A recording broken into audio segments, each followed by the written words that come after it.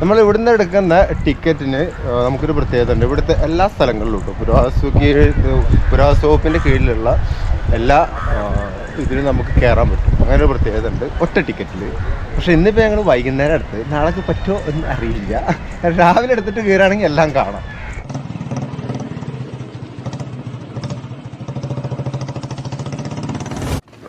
Shore ടെമ്പിളിൻ്റെ കാഴ്ചകൾക്ക് ശേഷം നമ്മൾ എത്തിയിരിക്കുന്നത് പഞ്ചരഥങ്ങൾ അഥവാ പഞ്ചപാണ്ഡവ രഥങ്ങൾ കാണാനാണ്. മഹാബലിപുരത്തെ മറ്റൊരു പ്രധാന പുരാവസ്തു സമുച്ചയമാണിത്. ഈ കാണുന്ന രഥം ദ്രൗപദി രഥം എന്നാണ് അറിയപ്പെടുന്നത്.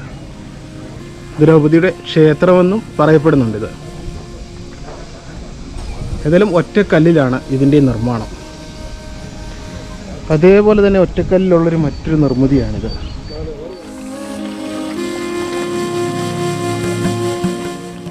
ഇന്ത്യൻ റോക്ക് കട്ട് വാസ്തുവിദ്യയുടെ ഉത്തമ ഉദാഹരണമാണ് പഞ്ചരഥങ്ങൾ. പഞ്ചരഥങ്ങൾ ദക്ഷിണേന്ത്യയിൽ അക്കാലത്തെ ദ്രാവിഡ വാസ്തുവിദ്യയുടെ വൈവിധ്യത്തെ പ്രതിനിധീകരിക്കുന്നു. ധർമ്മരാജരഥത്തിന്റെ വാസ്തുവിദ്യാ ചാരുത 3 ഘട്ടങ്ങളിലായി ഉയരുന്ന പിരമിഡൽ ഘടനയാണ്. അർജുനരഥമാണ് അടുത്ത ക്രമം, പിന്നീട് ഭീമരഥം.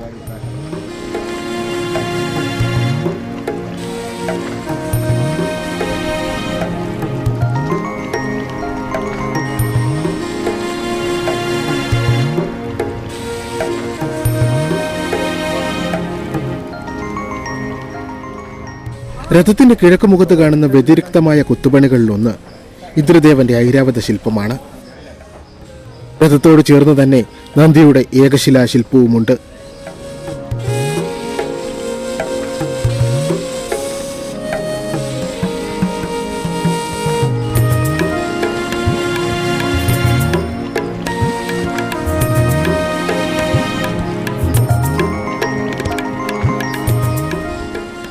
ഇരുവശത്തും സിംഹമുദ്രകൾ കൊത്തിവെച്ചിട്ടുള്ള ഈ നിർമ്മിതിക്ക് 4 നിരകളാണുള്ളത്.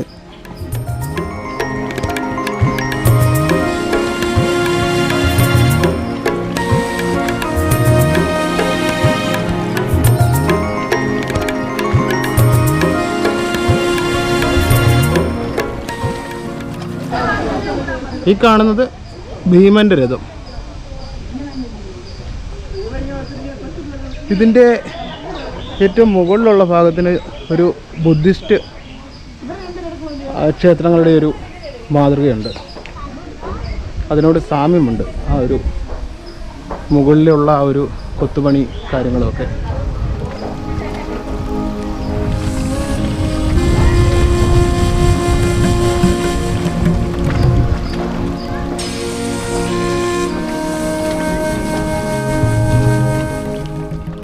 ഇവിടുത്തെ എല്ലാ രഥങ്ങളും നീളമുള്ള ഒരു ഒറ്റക്കല്ലിൽ നിന്നും കൊത്തിയെടുത്തിട്ടുള്ളതാണ്. ഇതാ നമ്മൾ ഈ കാണുന്ന ആ ഒരു പാറയില്ലേ, ആ ഫ്രണ്ടിൽ കാണുന്ന ആ പാറയിൽ നിർമ്മിച്ചതാണ് ഇത്രയും കാണുന്ന രഥങ്ങളെല്ലാം തന്നെ.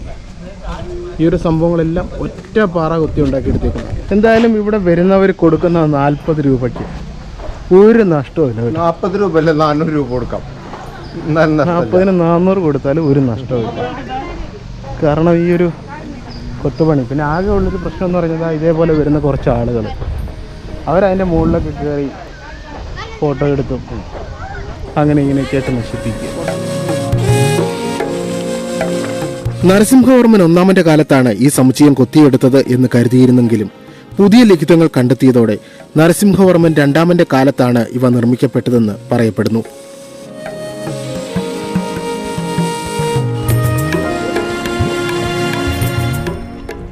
1984 യുനെസ്കോയുടെ ലോക പൈതൃക സൈറ്റിന്റെ ഭാഗമായ ഇവിടം ഇന്ത്യൻ പുരാവസ്തു വകുപ്പിന്റെ കീഴിലാണ് ഇപ്പോഴുള്ളത്.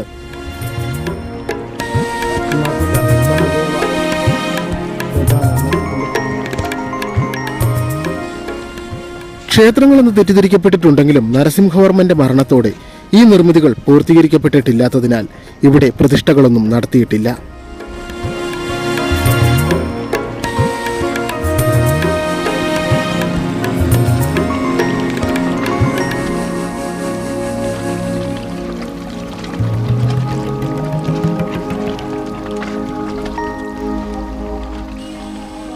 അർജുനൻ, ഭീമൻ, യുധിഷ്ഠിരൻ, നകുലൻ, സഹദേവൻ, ദ്രൗപദി എന്നിവരുടെ പേരിലാണ് ഈ ഏകശിലാരൂപങ്ങൾ അറിയപ്പെടുന്നത്.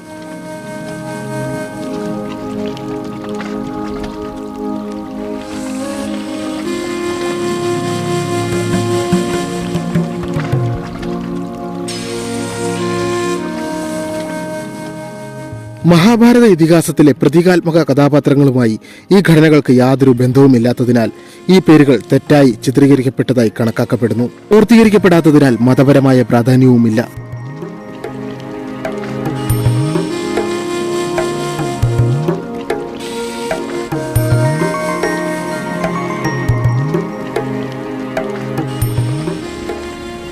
ഭൂരിഭാഗം രഥങ്ങളും ബുദ്ധവിഹാരങ്ങളുടെയും ചൈതന്യങ്ങളുടെയും മാതൃകയിലാണുള്ളത്.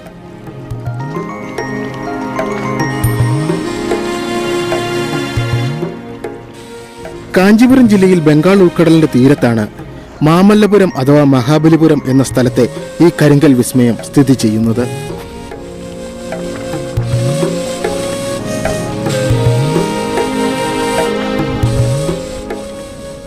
പഞ്ചരഥങ്ങളുടെ യഥാർത്ഥ രൂപകൽപ്പന ക്ഷേത്രരഥങ്ങളുടെ തടി നിർമ്മിതികളിലേക്ക് തിരിയുകയും പിന്നീട് തമിഴ്നാട്ടിൽ നിർമ്മിച്ച വലിയ ക്ഷേത്രങ്ങളുടെ സ്കെയിൽ മോഡലുകളോ ആയിരിക്കാനും സാധ്യതയുണ്ട്.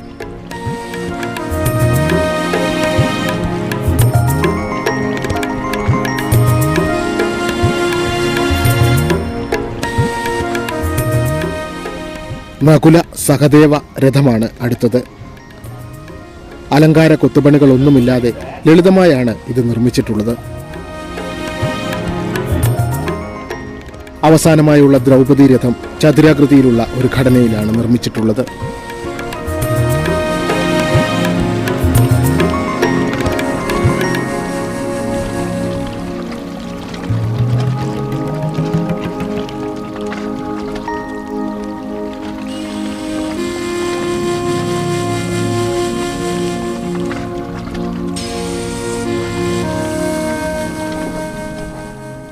ഏകതലം മുതൽ തൃത്തല വരെയുള്ള ഗോപുരങ്ങളോ താഴികക്കുടങ്ങളോ ഉള്ളതാണ് ഓരോ രഥവും.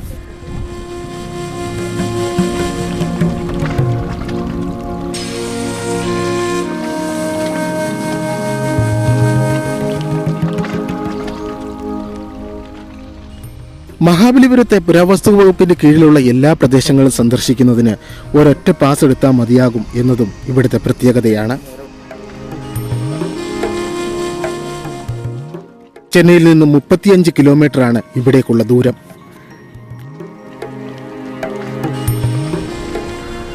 ഇന്ത്യക്കകത്തുനിന്നും പുറത്തുനിന്നുമായി ധാരാളം വിനോദസഞ്ചാരികളും ചരിത്രാന്വേഷികളും സന്ദർശിക്കുന്ന മഹാബലിപുരത്തിന്റെ കൂടുതൽ കാഴ്ചകളുമായി അടുത്ത എപ്പിസോഡിൽ നിങ്ങളിലേക്ക് എത്തുന്നതാണ്. അതുവരേക്കും നിങ്ങൾക്കെന്റെ നമസ്കാരം.